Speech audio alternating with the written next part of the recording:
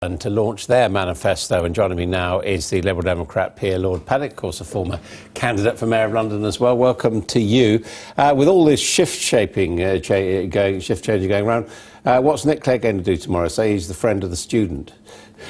Well, Nick Clegg has apologised for tuition fees, but we've already published the front page of the manifesto, so people know basically what's coming, and that is about making a fairer society, making sure, not like the Conservatives, trying to balance the books on the backs of the poor, saying they're going to have £12 billion reduction in welfare, but having a balance between tax rises and obviously some cuts. And so what you're saying, we shouldn't anticipate any surprises, really? Well, there may well be some surprises, but if I told you about them now, Adam, they wouldn't be surprises. But there are areas, of course, where we are very strong, where the other parties don't even go there, in terms of strong policies on the environment, for example. And on the health service, not only is our £8 billion promise to fund the health service fully funded, fully costed, but also there is an emphasis on mental health, which the other parties haven't said anything about. Do you think there's a danger that as the Conservatives move left in trying to make their appeal towards blue-collar voters and Labour move right, if you like, in terms of talking about fiscal responsibility, that the Lib Dems just get squeezed in the middle? Well, the difficulty that people have is not believing that these leopards are really changing their spots. I mean, all these last-minute promises... You've got to hope they don't believe they're changing their spots. Well, we heard earlier in a piece that you did just now that people very rarely change their fundamental beliefs during an election campaign.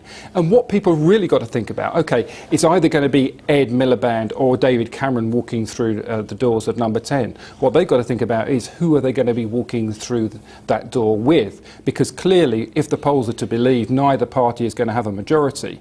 And we would say that the Liberal Democrats anchored in the centre ground are the people who will deliver a fairer society and a stronger economy. I mean, that is a big issue, whether you are anchored in the centre ground. Many people saw you as a left-of-centre party, and you appear, with hindsight, to have paid a dreadful price for getting to bed with the Conservatives. It was a national crisis. The economy was in tatters. We needed a stable government for 5 years, and we reluctantly got into a coalition with the Conservatives. It was absolutely necessary to do, and some of the things that we've achieved in government were really quite radical and progressive. The pupil premium, for example, £2.5 billion supporting young people from disadvantaged backgrounds, the triple lock on old age pensions.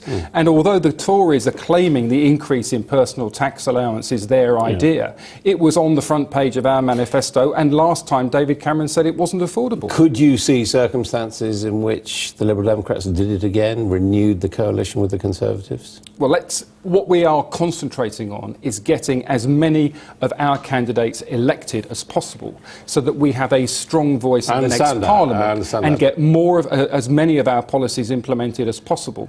That's what we're concentrating on. We're not talking about coalition. We're talking about voting Liberal Democrat because we've got a sensible raft of policies which we will unveil tomorrow. Paddick, thank you very much.